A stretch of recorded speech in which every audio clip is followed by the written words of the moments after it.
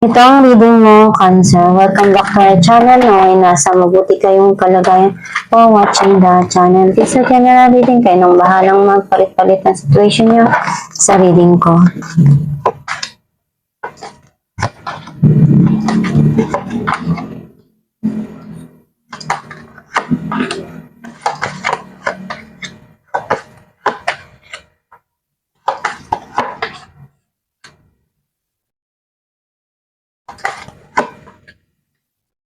At the bottom of the deck, the moon. I feel like yung energy mo, nasisense ko na. Mga bagay ka dito na iniisip, pwedeng very emotional dahil may mga desisyon ka na alam mo sa sarili mo na minsan hindi naman perfecto ang tao. Merong mga bagay tayo na napagdesisyonan na hindi natin nagustuhan. Or may mga iniisip ka na gusto mong maiayos or maisagawa. And nakikita ko na may mga bagay dito na kailangan mong pagdesisyonan ng tama. Ang mensahe ng card mo, meron kang hinihintay. Some of you pwedeng travel, may gustong puntahan, at meron ka ditong pinag-iisipan ng malalim.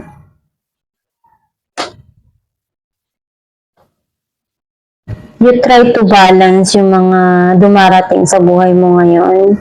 Kailangan mo lang ng tamang pagdesisyon kasi yung patience natin, mahalaga yan. Dapat alam mo sa sarili mo kung kailan mo hahabaan yung pasensya mo kasi para hindi ka magkamali dun sa mga desisyon mo.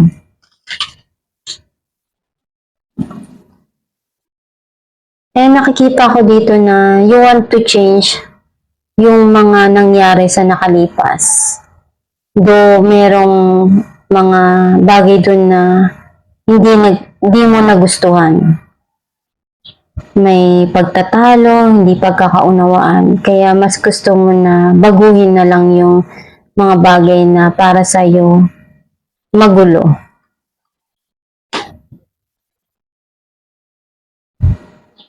Nakita ko na you want to share kung ano yung meron ka and also yung mahilig kang tumulong sa iba. Nakikita ko rin na meron dito na blessing na ibibigay sa'yo na pinaghirapan mo din naman. Some of you, pwedeng someone is begging something here.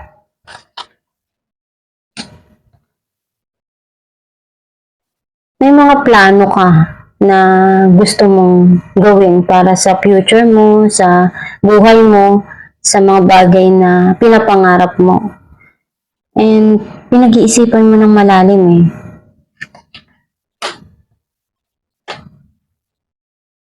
Nakikita ko na some of you pwedeng maganda yung career, may pinag-aralan, pwedeng may business, and nagiging maganda yung goal ng business. Also, yung mga dumarating dun sa buhay mo pagdating sa financial. Some of you naman, pwedeng someone to sa buhay mo na pinag-iisipan niyang malalim bago siya magdesisyon or gumawa ng hakbang.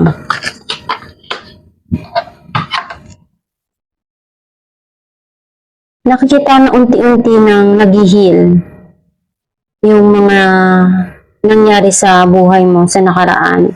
And you're trying to moving on.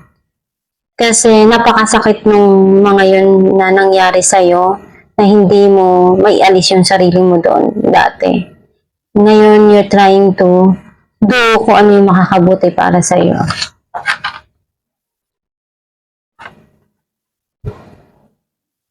Naguguluhan ka pa right now. Hindi ka pa makapag-desisyon. And hindi mo alam kung ano yung uunahin mo. Clarify natin ang 3 of Wands. 9 of Wands and 2 of Swords. Nakikita ako na meron ditong tao na sobrang nasaktan siya. Ang dami niyang pinagdaanan. And na-overcome naman niya lahat nung kanyang pinagdaanan na yun na pagsubok. Na-reply natin ang Five of Swords. Knight of Swords and Queen of Pentacles. Gusto niyang makipag-usap sa'yo. And baguhin kung ano man yung mga hindi magandang nangyari sa nakaraan. Some of you, pwedeng ikaw to, nagkakaroon na ng linaw sa'yo yung mga nangyari at mas gusto mo na maging okay na lang at harapin kung ano yung pagbabago na nangyayari na dumarating sa buhay mo. Kumbaga tanggapin kung ano yung meron sa ngayon. Clarify natin ang Two of Wands. Nine of Cups and the Tower. Nakikita ko na meron dito na darating na new beginning para sa'yo. Kasi nagkaroon ng end dun sa past. And may papasok na new beginning. Hinihintay mo na, kumbaga, may mga plano ka na. And meron ka ditong hiniling or gusto na ibibigay sa'yo. Clarify natin ang Six of Swords.